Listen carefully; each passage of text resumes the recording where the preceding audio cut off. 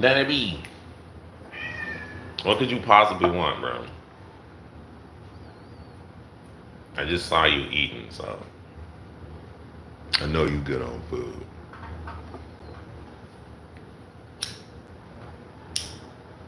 I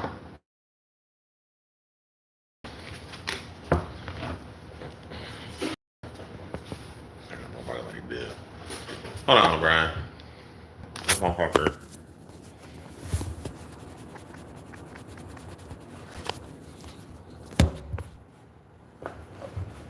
That's better.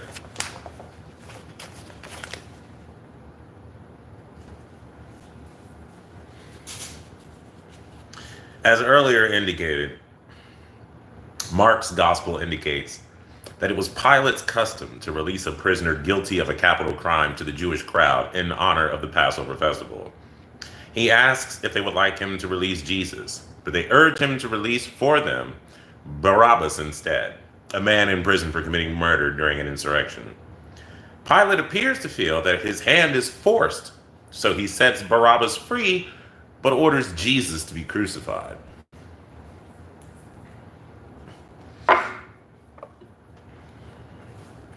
This Barabbas episode was firmly set in the early Christian memory of Jesus' trial. It is found, with variations, in all four of the Gospels. I do not see how it can be historically right, however. It appears to be a distorted memory.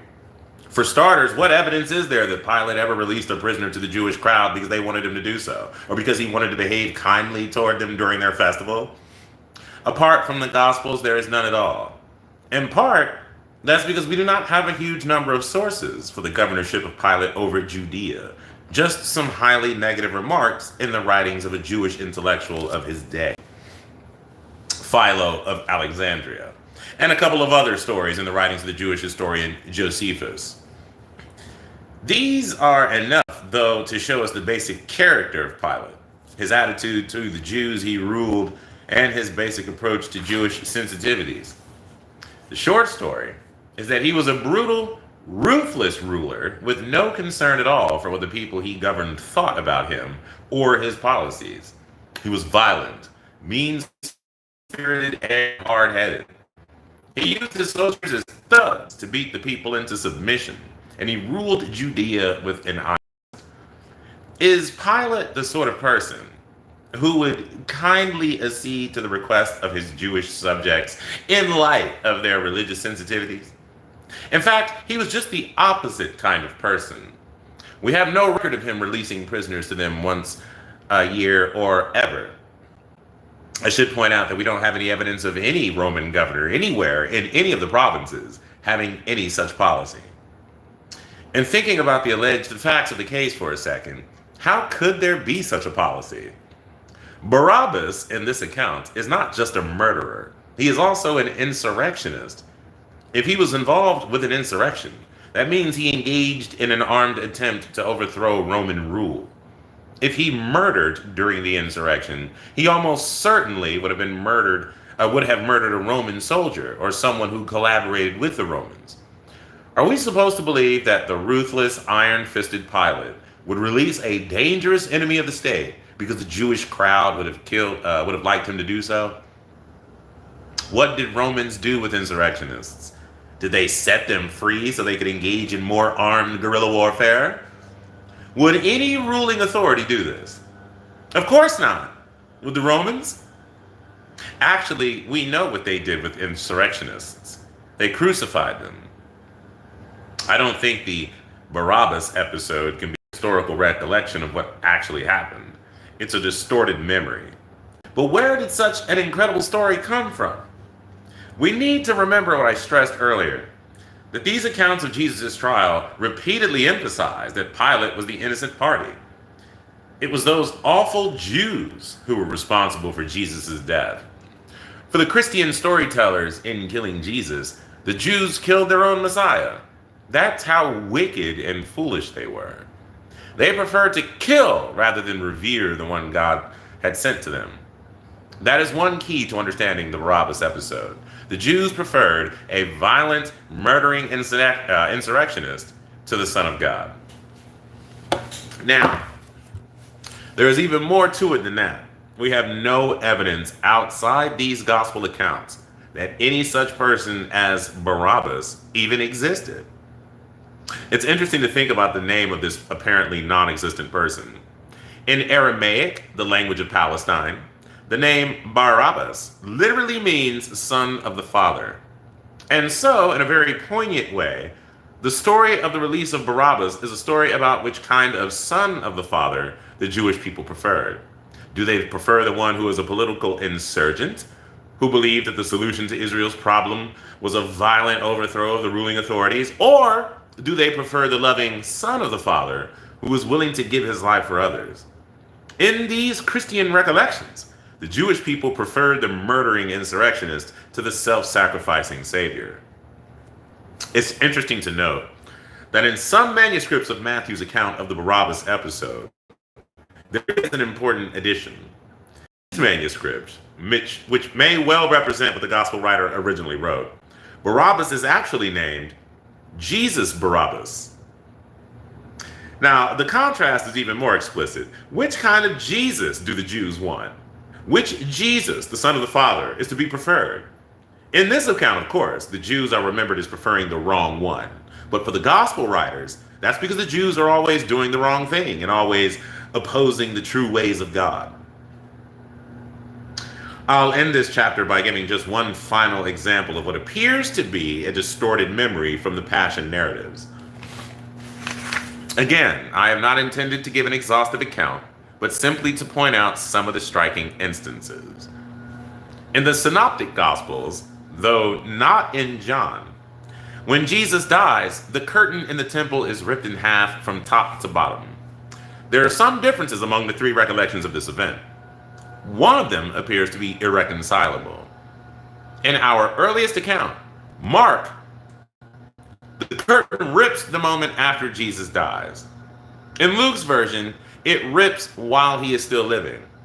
They both obviously can't be right. For a different reason, the event as remembered by Matthew is almost certainly not right. In his version, not only does the temple curtain rip, but there was then an earthquake and rocks split apart, all of them. And most remarkable of all, the tombs were opened, and many of the bodies of the saints who had fallen asleep, i.e. dead, were raised, and coming forth from their tombs after his resurrection, they came into the holy city and appeared to many. Really?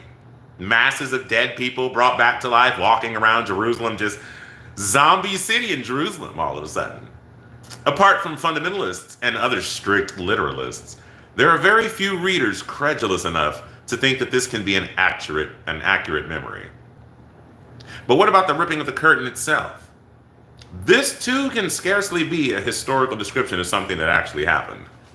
How would there be no record of it?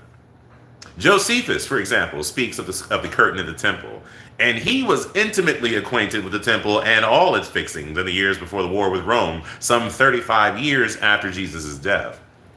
Would he not know that the temple curtain no longer existed? Or are we to think that the Jewish priests stitched it back together?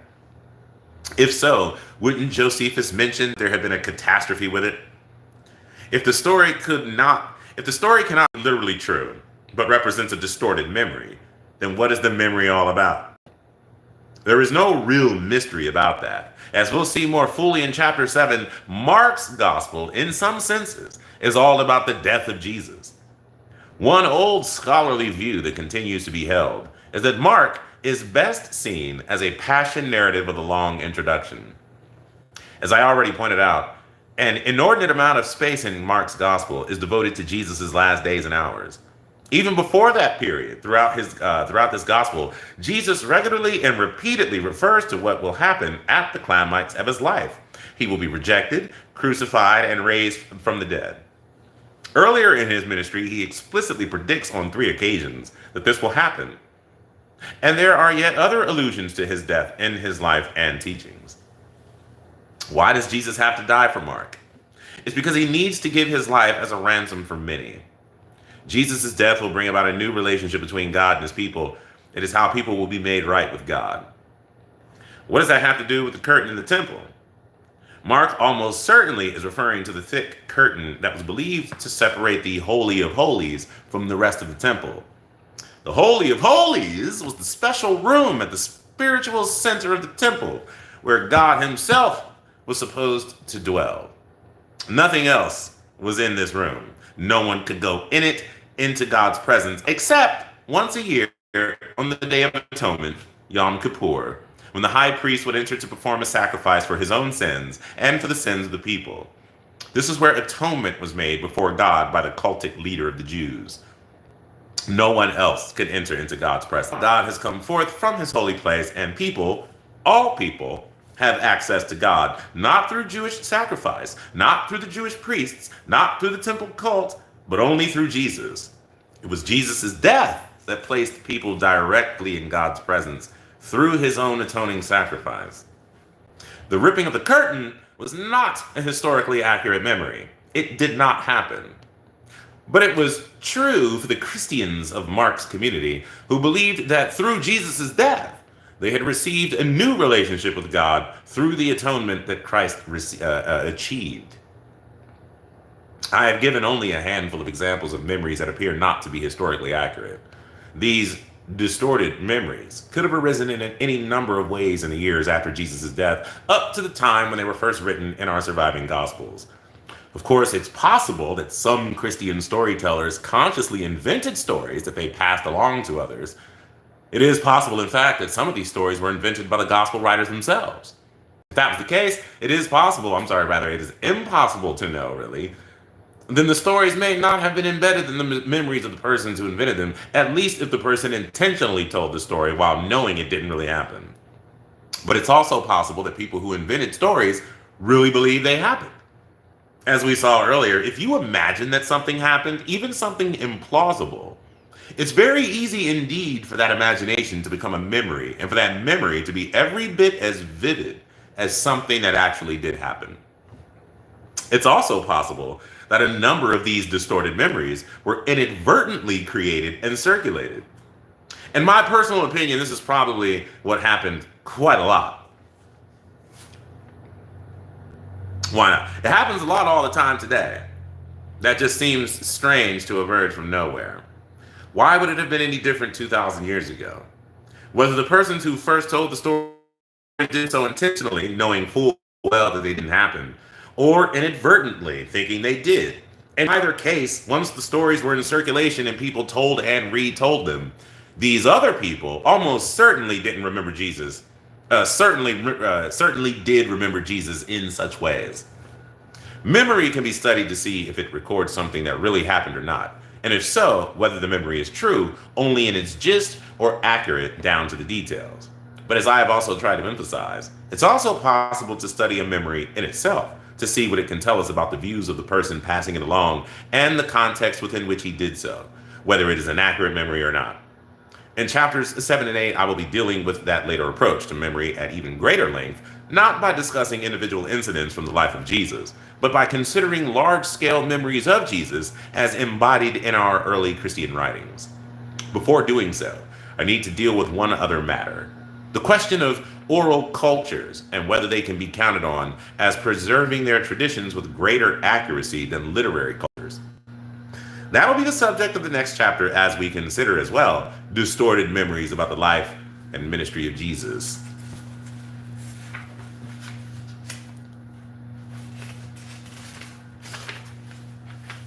Chapter 5, Distorted Memories and the Life of Jesus. Let me just take this time right now to say what's going on the Daily Atheist Morning Show, brother. Yeah, you did. And I caught yours earlier. What's going on, Fur and Teeth and Bam and Pragmatic Crystal and everyone else, man? All 11 of you. Okay, all 10 of you, whatever. Okay. In the previous chapter, I talked about memory champions who trained their minds to perform absolutely remarkable feats using methods that have been around since Greek antiquity. Like serious bodybuilders, they have exercised their brains to bulk up their memories in ways almost unfathomable to the rest of us mere mortals. Those who have gone through this discipline insist that their memories are not necessarily better than others, they're simply trained. There are other people whose memories to be remarkable. They were simply born that way. Some of these people are literally phenom of nature. None is better known than the person called S by one of the most famous neuropsychologists of the mid-20th century, Alexander R. Luria, a professor of psychology at the University of Moscow. Luria writes about his long-term involvement with S in his fascinating little book, The Mind of a Mnemonist. He first came to know S in the 1920s, when S had been referred to him because of some unusual features of his mind. In his preliminary testing, Luria gave S long sequences of numbers and long lists of words, sometimes meaningful and sometimes nonsense, up to 60 or 70 items altogether. After hearing a list spoken once, S could repeat it back in order correctly without mistake. In fact, when asked, he could repeat the list backward. Luria claims that he never could find a limit to S's memory. Make a list ever so long, and S could memorize it on the spot and flawlessly reproduce it forward or backward. For a neuropsychologist, this was the encounter of a lifetime. And in fact, Luria studied S for decades. He eventually found him able to perform yet more remarkable mental feats with no evident effort. Among the most astounding was one that took many years to discover.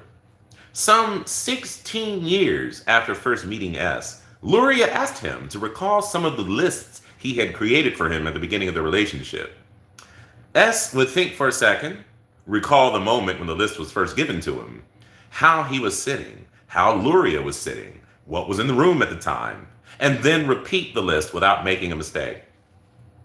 These remarkable cognitive abilities were not necessarily beneficial for S's life. We might think that it would be great not to forget anything, but the reality is that it can create enormous problems, since we almost always tend to forget things that are less important for our daily lives. If we remembered absolutely everything, life and its struggles might be even more difficult than they are already. That proved to be the case with S, who never could hold down a job, even when he went on tour as a professional mnemonist, wowing the crowds by his ability to remember anything they would throw at him. In any event, S was clearly not wired like the rest of us. I have someone else that the reason most of our memories are not very good is because, unlike ancient people, we live in a literary culture. In oral cultures, people's memories were stronger because they had to be. They had no written texts upon which to rely. This question is obviously of enormous significance for our study of the traditions of Jesus that were in circulation by word of mouth over the 40 to 65 years before his death and our first surviving records of his life. If people living in oral cultures, by the very nature of things, or because of the special efforts they made, preserve their memories accurately from one telling to the next, from one person to the next, from one generation to the next, then the fact that our Gospels were written decades after the events they narrate should have no real bearing on the question of whether some or many of these traditions had been altered, amplified, or even invented during those intervening years. According to this view, the memories of Jesus among non-literate people would have been faithfully preserved so that we can trust that what was later written about Jesus' life was what really happened. In evaluating the case, it is important to concede that extensive literacy does make some kinds of memory less important. It's certainly true that if we can write down and look things up, we no longer need to memorize as much. As a result, our minds are free to do much deeper and sophisticated work. Thus, it's no accident that advances in science, technology, engineering, and math have always happened in highly literate cultures. The question is whether that also means that people in non-literary cultures have better memories, since, after all, they have to remember more simply to get by.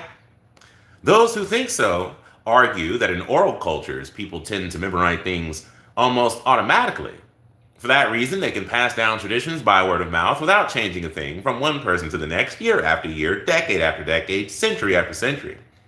Jesus and his disciples, according to this argument, would have preserved their traditions accurately, because that's simply what happens in oral cultures.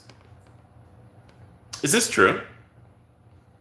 The first thing to stress is that it is certainly not true, okay, for biological reasons. The neuronal structures in the brain of someone living 2,000 years ago in Galilee were not much different from those of someone living in New Jersey today. As cultural anthropologist Jan Van Zena puts the matter, quote, so far there exists no proof that there is any inborn difference in the cerebral faculties between the various races of man. The consensus among both anthropologists and cultural historians, in fact, is quite the opposite of what we might assume about oral cultures.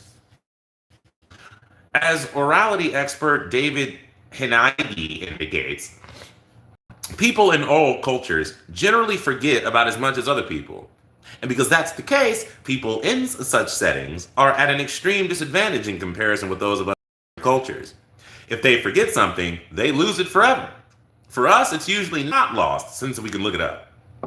Moreover, in writing cultures, it is possible to see if something is remembered accurately.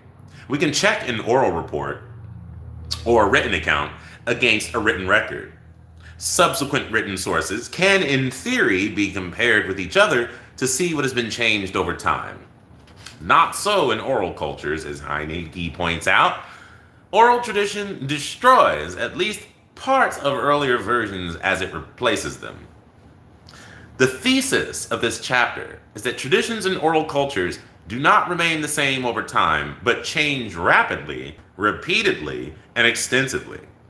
That is especially important when considering the traditions about Jesus in circulation in the early church among people who were, by and large, illiterate during the first 40 to 65 years of Christianity before our Gospels were written.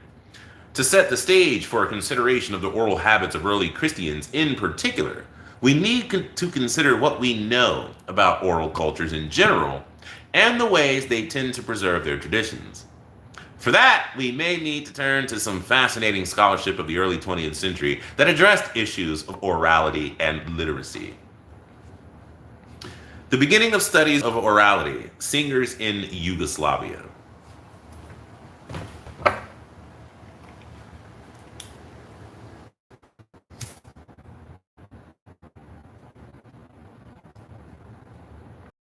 I'm gonna go read in the closet because the acoustics are better, but I just really want to be in here. So, what's going on, radio? Meet ya, guitars and memes. What's up? Human man, what's going on?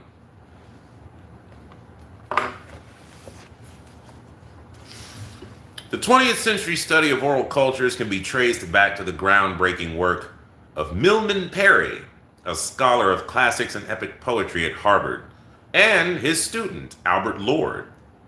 As a classicist, Parry was especially interested in the Homeric question, which is actually a set of questions about Homer, the alleged author of the classics, the Iliad and the Odyssey.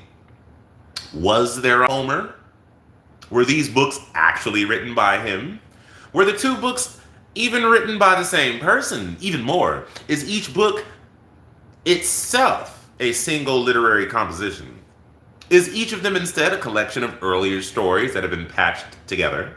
Is it possible that any one person could compose such lengthy texts in an age when there was no massive literacy? How could anyone remember that much poetry?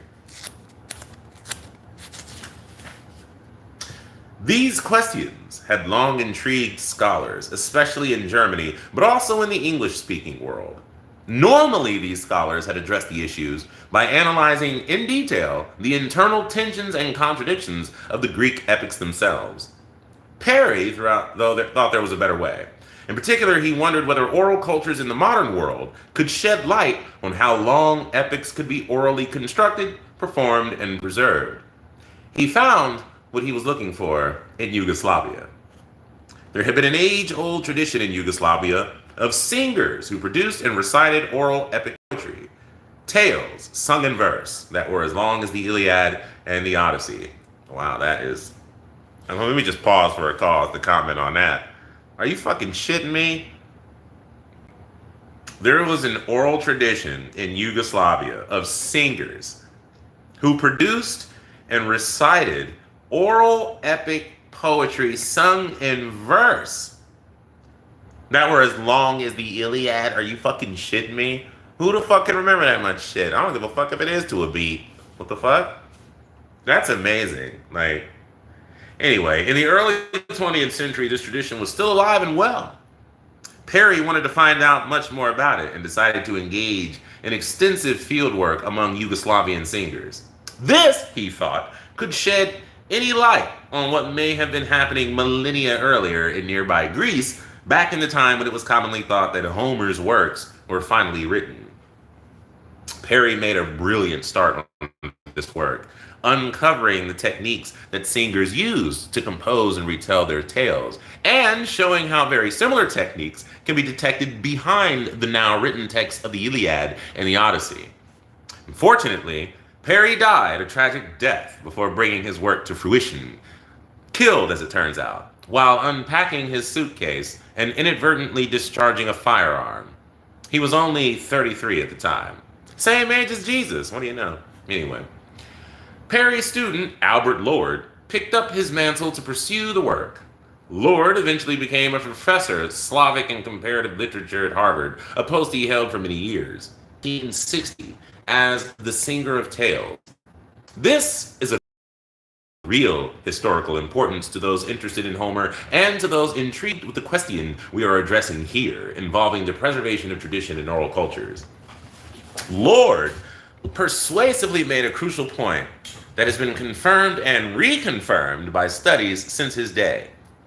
Oral cultures have a different conception of tradition from written cultures. In written cultures, such as ours, the idea of preserving a tradition means to keep it intact, verbatim, the same, from one telling to the next.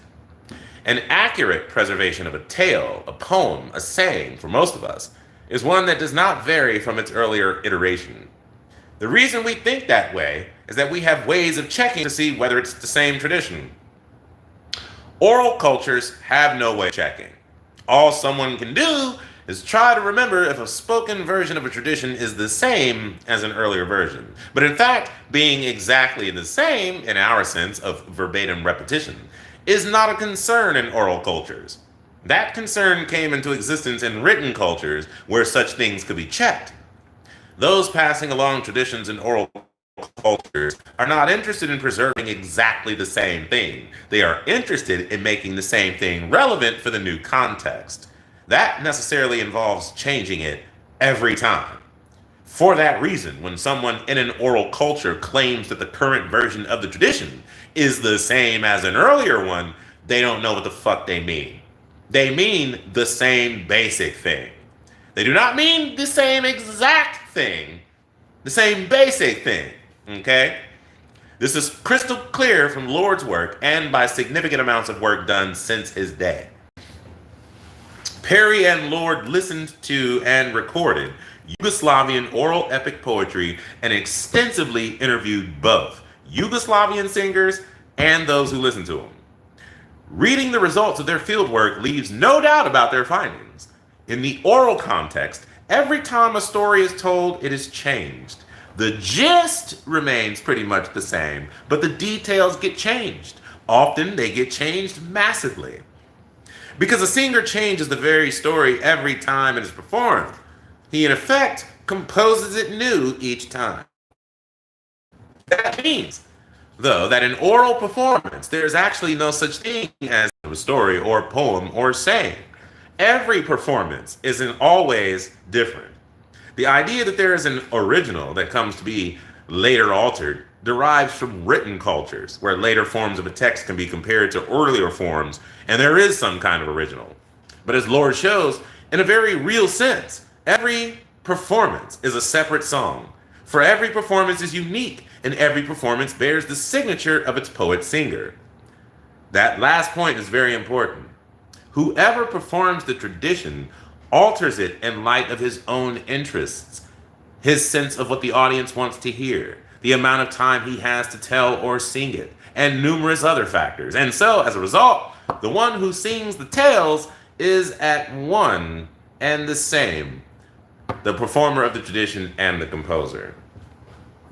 One striking fact to emerge from Perry and Lord's extensive interviews is that the singers of these folk tales consistently and frequently insisted that their performances were the same every time.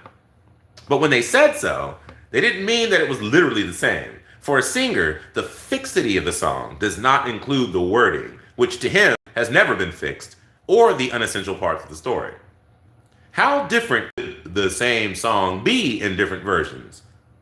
Social anthropologist Jack Goody has noted that when Milman Perry first met a singer named Avdo, he took down by diction a lengthy song that he performed called The Wedding of Smaliger. I guess that's how you say it, I don't fucking know. It was 12,323 lines long. Some years after Albert Lord met up with Avdo again and took down a performance of the same song, this time it was only 8,488 lines. Perry himself observed this phenomenon. He one time had Avdo sing a song performed by another singer named Mumin.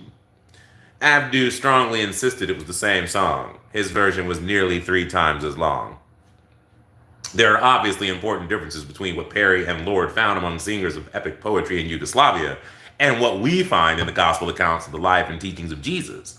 For one thing, the gospels are not poetry to be sung, but prose narratives and collections of sayings.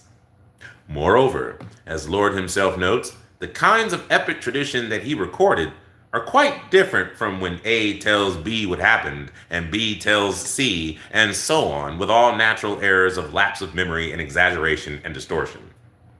It's obviously the latter sort of tradition that we're interested in when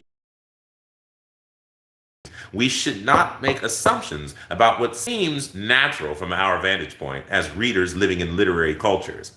We instead need to see what experts in oral tradition have told us and see how it might be relevant for understanding the oral traditions of early Christianity.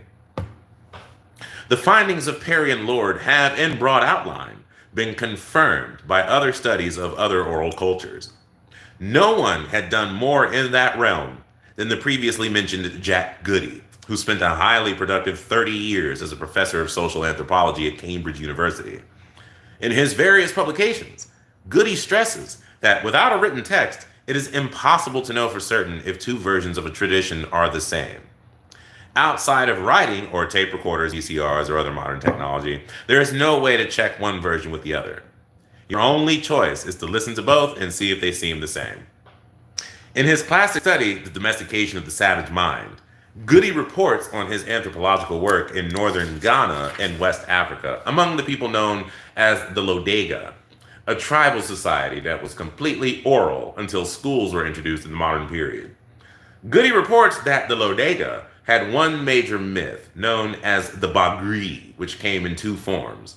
The white Bagri was connected with a set of rituals, and the black Bagri was more strictly narrative that detailed how humans were created and came to be cultured with the development of farming, hunting, iron making, and the brewing of beer. When asked, members of the Lodega would sometimes indicate that there was only one correct version of the myth.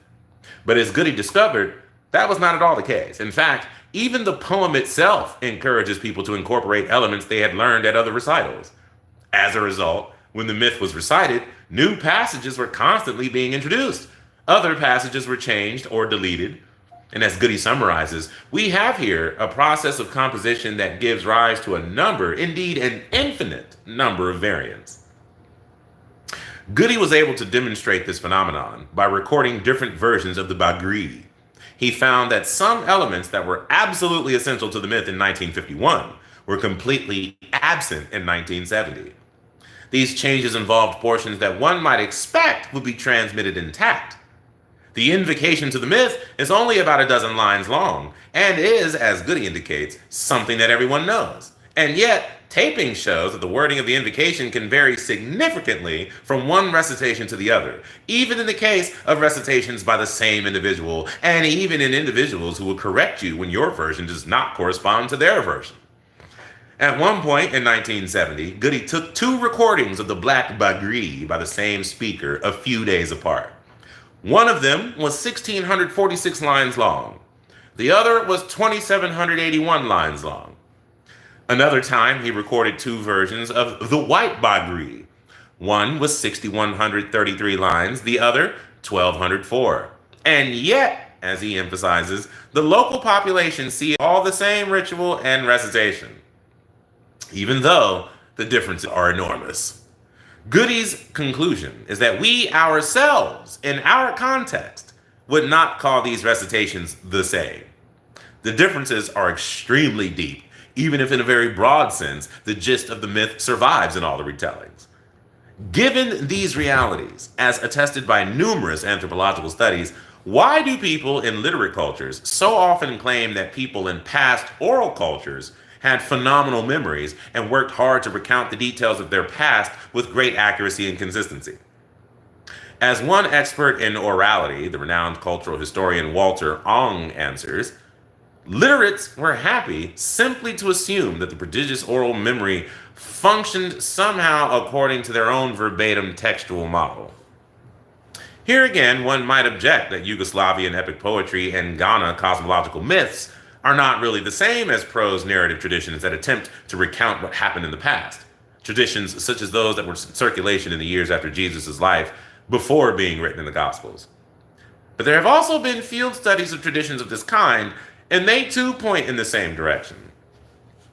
The classic study in this area was produced by anthropologist Jan van Sina, based on field research he conducted in Africa, especially in Rwanda and Burundi in 1955 to 1960. In his work, van Sina uses the term oral traditions to refer to all verbal testimonies which are reported statements concerning the past.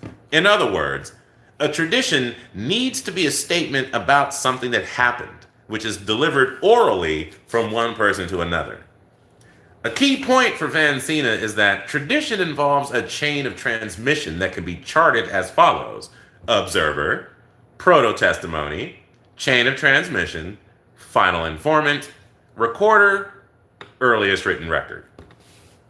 To break down this graphic, you first have to have an observer of an event, or a hearer of a saying. That person delivers a first account of what has been observed, which is the proto-testimony. After that, the account is passed along by word of mouth from one person to the next, the chain of transmission, until it comes to a final person, the final informant, who delivers it orally to one other person, the recorder, who writes it down for the first time, which is our earliest written record. The utility of this model and this way of understanding the transmission of tradition for our interest here should be obvious. This is exactly what happened with the traditions about Jesus, as passed down from eyewitnesses to the authors of our earliest written accounts, either the gospel writers or the authors of the now lost written reports they utilized. The problem with this chain of transmission is that something can go wrong at every point in transmission. Van Sina's assessment, based on his years of experience in the field, sums it up nicely and is worth quoting.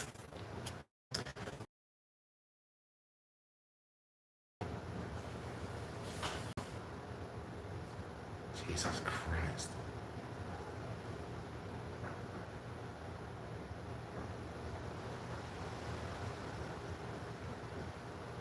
Is there like a tornado watch or some shit? Like, what the fuck?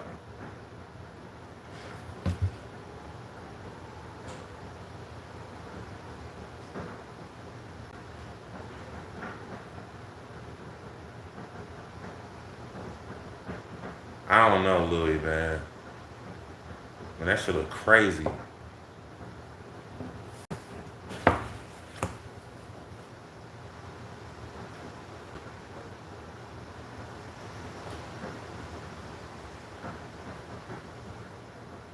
Man, hold up. Let me let y'all see this shit. Oh, now I want to stop. Now that I turned the phone around.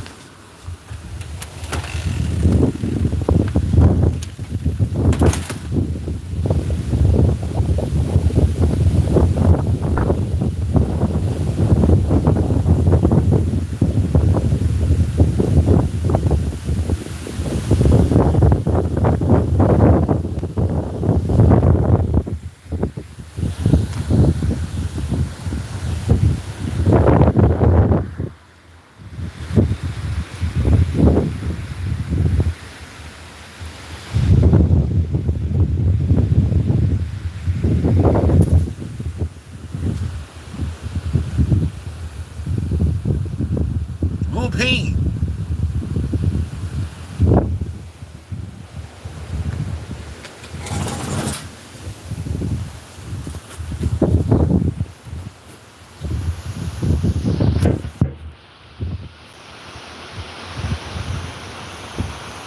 Hey, man.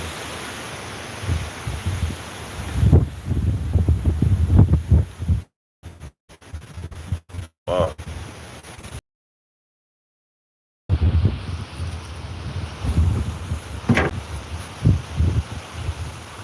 Man, it feel good out here, though. Yeah, we should be alright. Ohio calling for tornado, but it's sunny right now.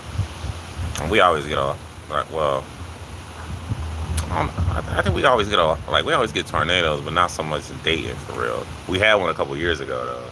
It was pretty fucking bad, too. Like, me and my brother helped with the cleanup at some parts of, like, where it got damaged that real bad.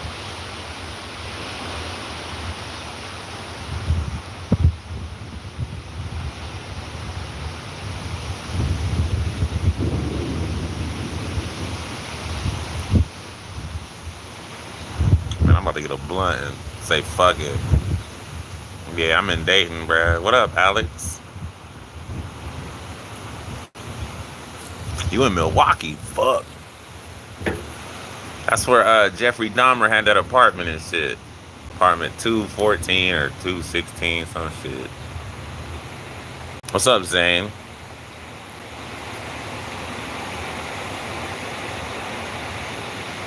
Them clouds moving fast.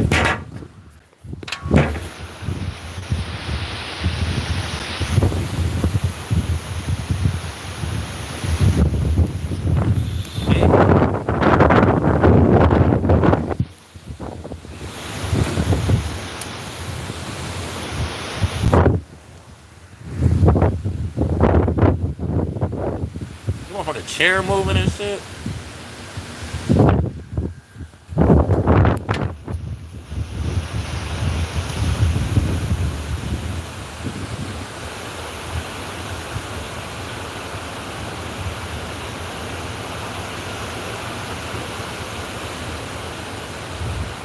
I don't know, dog. Man, I don't know, bro. It's getting scary as fuck out here. Did you change location since I was last here? Yeah, bro. I don't live on that same house with the red door no more. I moved to a different city. I'm still in Dayton though, just in like a more like white people heavy part of town. You know what I'm saying? Just keeping it real. What up? Oh, you said I'm Luca. Oh shit.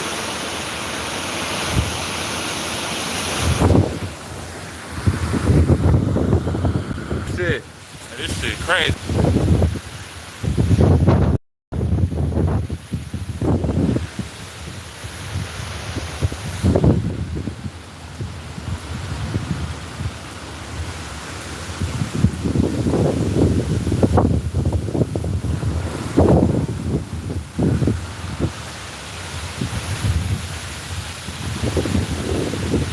Bruh.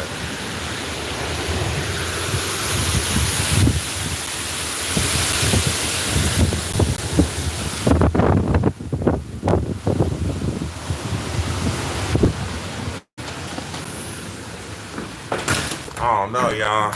This is scary as fuck outside, B. What the actual fuck? Holy shit. What's up, Brandy? That's it. Severe thunderstorm. I can deal with that. Yeah, I can see it. Like the rain done started and shit. That wind was heavy as fuck.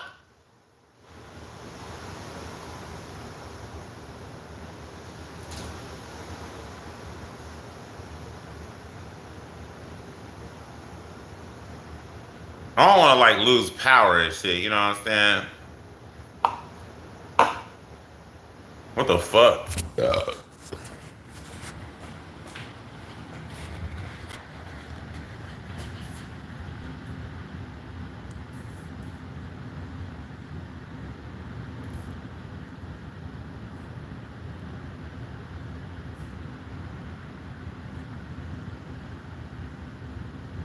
What up, Nate? Nate? I do not have a basement. No, I do not. I stay in a fucking bungalow, son. It's curtains for your boy. I'm cooked. It's GG's for me, son. Or 500,000. Fuck you mean? Fuck Jay-Z. You know what I mean?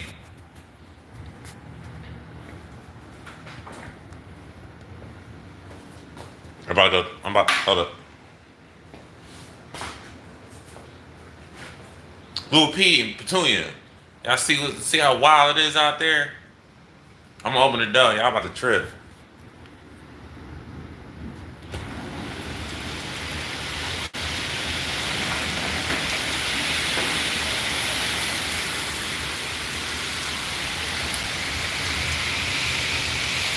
I tried to tell y'all. It's wet out there, B.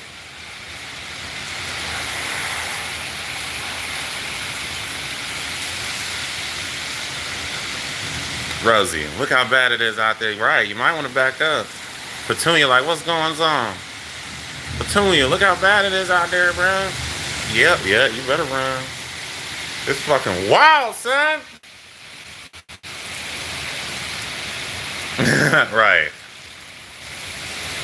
What's up, AR? I'm just looking at this motherfucking rain, son. That motherfucking wind ain't playing. Shit. Bro, what the actual fuck? What's up, S. Campbell? You and your motherfucking questions.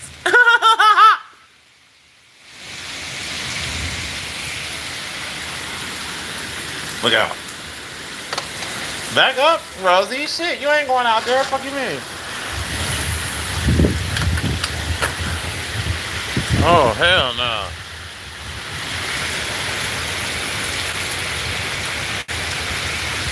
This is Dade Murphy broadcasting live from the motherfucking front line and shit.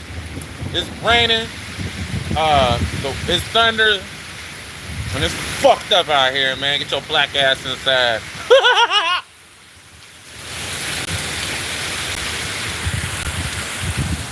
Look out, Rosie. I don't want to be out here. It's fucking wild out there, B. What the fuck, man? Fuck this door.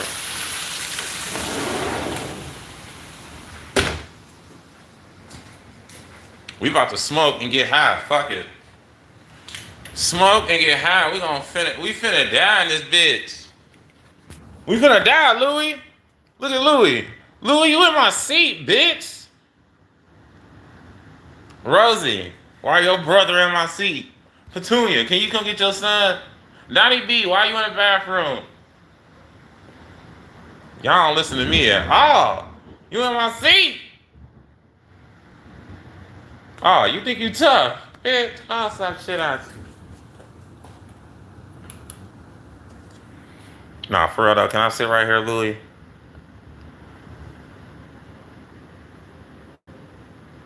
Can I get right here?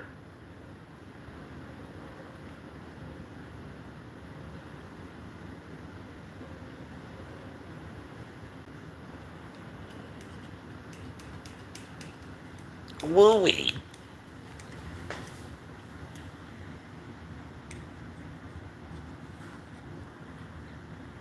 Put your butt down. What do you want, Petunia? It's me and Louie right now.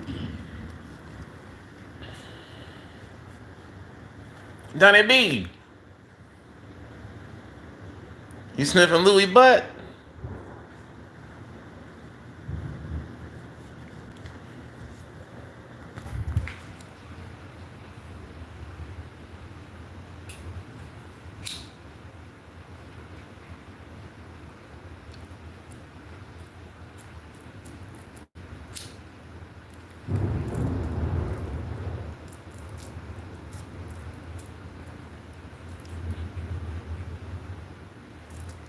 Donnie B. Lil P. Where you going, Lil P?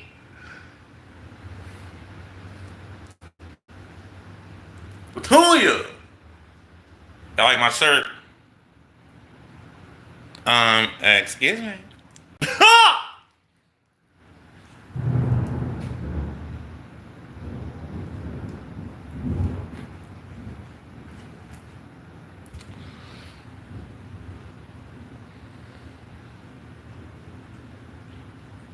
Wooey.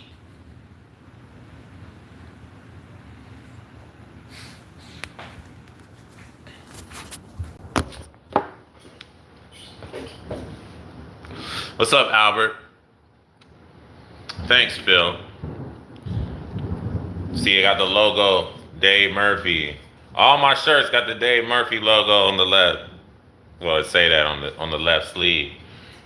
Or they'll have this image. This will be on this sleeve. You know what I'm saying? All my shirts, $20. Y'all know, some of you motherfuckers like Bear know. He done got him a couple of shirts. Shit.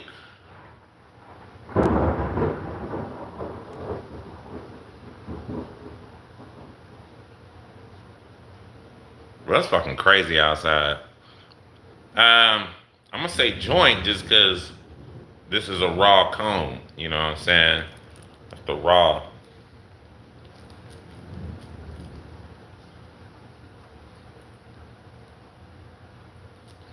You heard that shit, Bear? Yeah, that shit wild, son.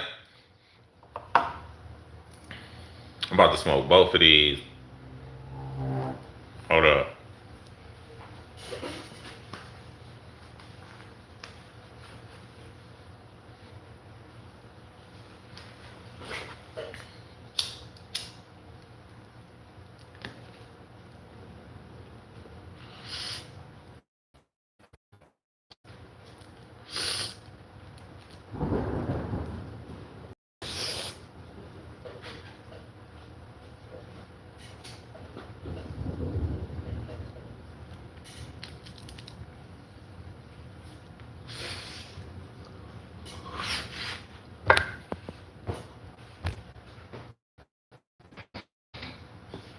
I'm stupid as shit. What's up? 25 minutes until 4:20. She's 4:20 all day, baby. Fuck you, mean.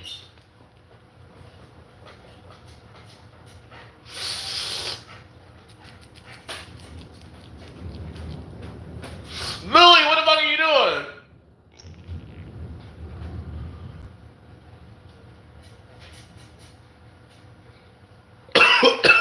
Oh shit.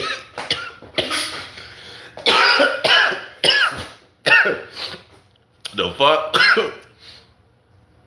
Excuse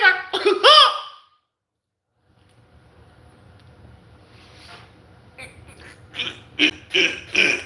It looked like the rain to calm down a little bit.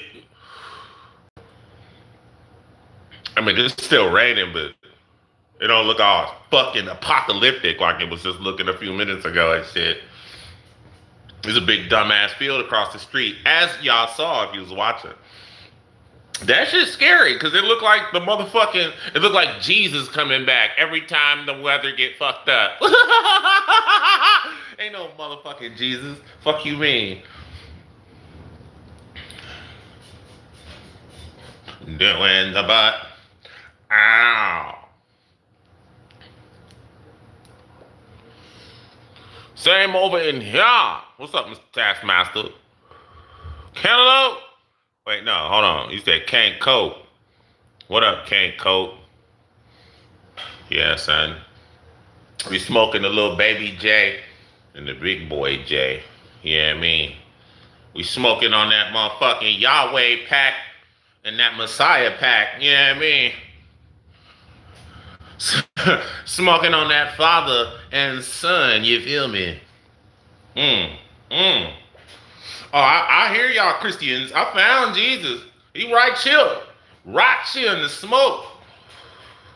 Yeah, amen. Blessed is he. Blessed be 420 in me.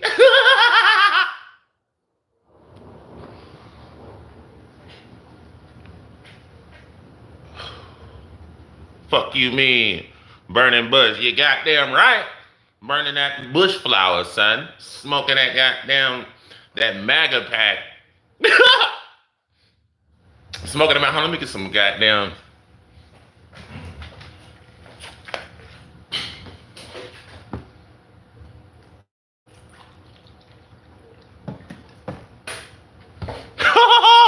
What the fuck? I've smacked the Bible a lot. Oh, you say you smoked the Bible. I'm tripping. I'm about to say, what the fuck? Why you smacking Bibles? Smoking that Bible pack. Smoking that Bible pack. Yeah. Smoking that Bible pack.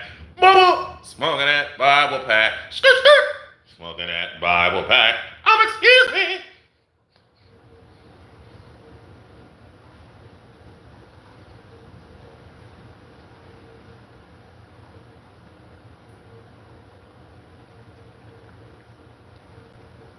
Smoking on Levitical laws.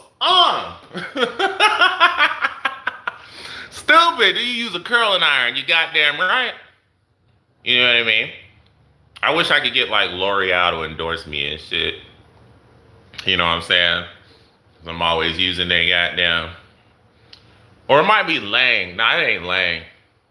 Conair. It's Conair. Whoever owns Conair.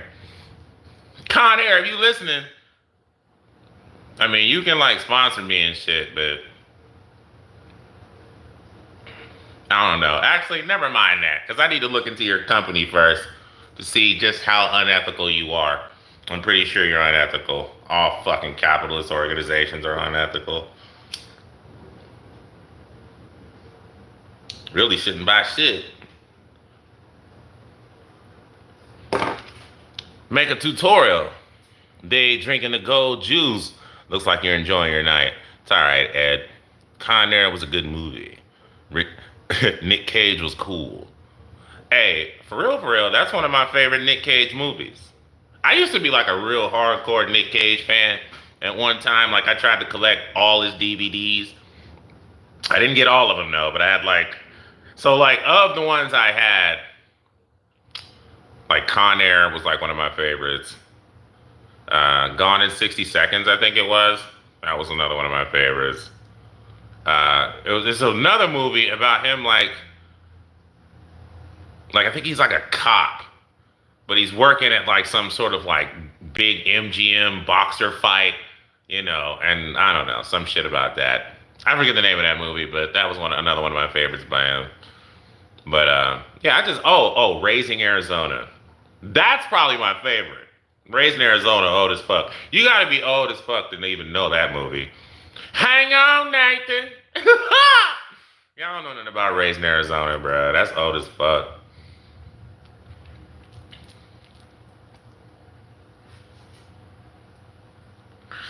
Snake Eyes. Yeah, that's the one.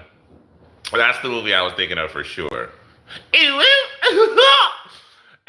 was about snuff films. Oh, yeah, I did see that too.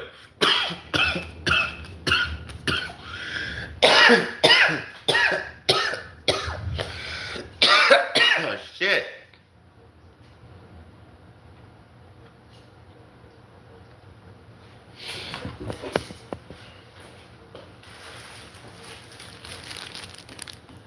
I got plenty of that shit, son.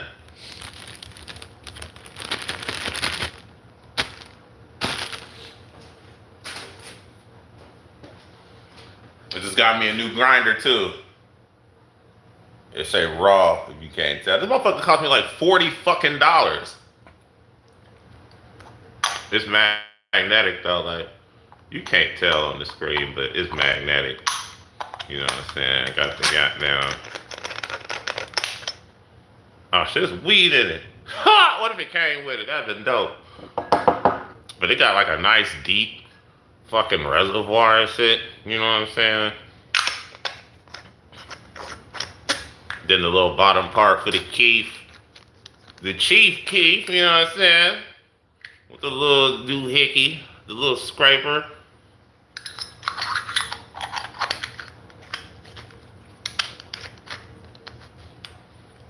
Got that nice pearly black shine to it, you feel me?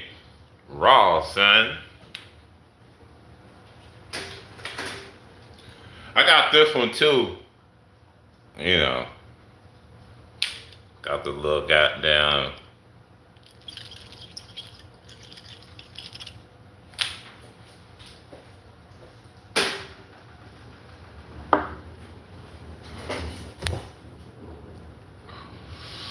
You say, yo, let's see the key. The keef I used to have, I done already smoked it. It was a hard time, so I had to smoke it.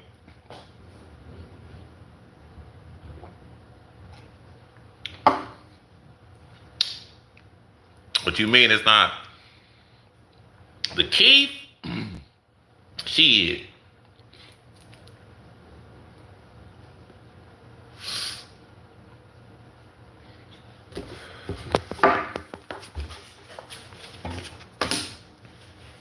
I forgot where we was, bruh.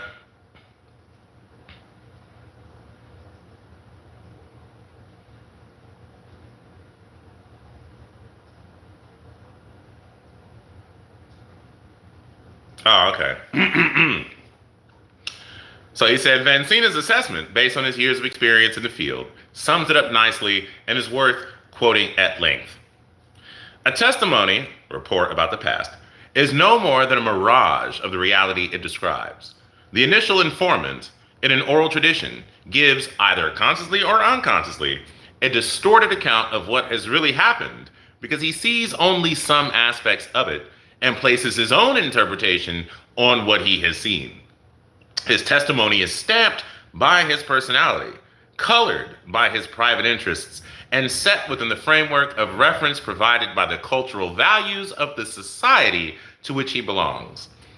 This initial testimony then undergoes alterations and distortions at the hands of all the other informants in the chain of transmission, down to and including the very last one, all of them being influenced by the same factors as the first. These views have been borne out by more recent research on oral tradition, even in written cultures, such as that reported by Duke psychologist David Rubin in his important study, Memory and Oral Traditions, where he says, quote, when the recall of one person is the initial stimulus for that of another, the first person's recall is all that is transmitted of the original.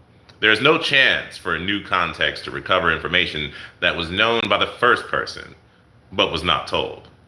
The recall of the second person will be a product of the recall of the first person, the biases or style of the second person, and the conditions of the second person's recall. Vancina argues that when testimonies are recited frequently, because of the vagaries inherent in the oral mode of tradition, they change more often than when recited only on occasion. That is certainly worth bearing in mind when considering the early Christian traditions about Jesus' life and death, which certainly were recounted constantly within virtually all early Christian communities. As Vancina puts it, in words reminiscent of Albert Lord, quote, every time a tradition is recited, the testimony may be a variant version. Traditions experience massive changes not simply because people have bad memories. They may be true as well, but even more importantly, as Vancina discovered, when people pass along testimonies about the past, they're telling the stories for a particular reason to a particular audience, and the amount of interest the teller can arouse in his audience largely depends on the way he tells the story and on the individual twist he gives it. As a result, the tradition inevitably becomes distorted. Moreover, since the story is told from one person to the next, and then to the next, and then to the next, each informant who forms a link in the chain of transmission creates new variants, and changes are made every time the tale is told. It is therefore not surprising to find that very often the original testimony has disappeared altogether. Anyone interested in knowing about the historical Jesus based on the chain of testimonies about him that eventually came to be written down should certainly sit up and take note. From his experience, Vancina found very much the same attitude toward keeping a tradition the same as Perry, Lord, and Goody. It happens that the same person with regard to the same series of events will tell two different, even contradictory stories. Even so, as with these other researchers, Vancina found that despite enormous differences and even discrepant accounts, the gist of a report is often retained in the various retellings. He did note, however, that this was not always the case. In summing up this assessment of what we know from such anthropological studies, I think it's fair to see that people in oral cultures do not preserve their traditions intact with verbatim accuracy from one to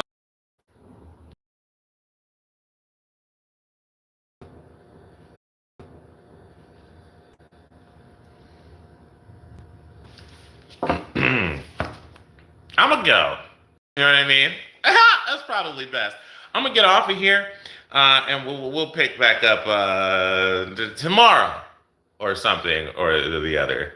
Okay, because my internet just went out, and now I'm using my phone internet or whatever. Anywho, thanks for watching, you guys. This book was Jesus Before the Gospels by Bart Ehrman. So go buy a copy. According to this book, it was $16.99. Holla back when I'm out.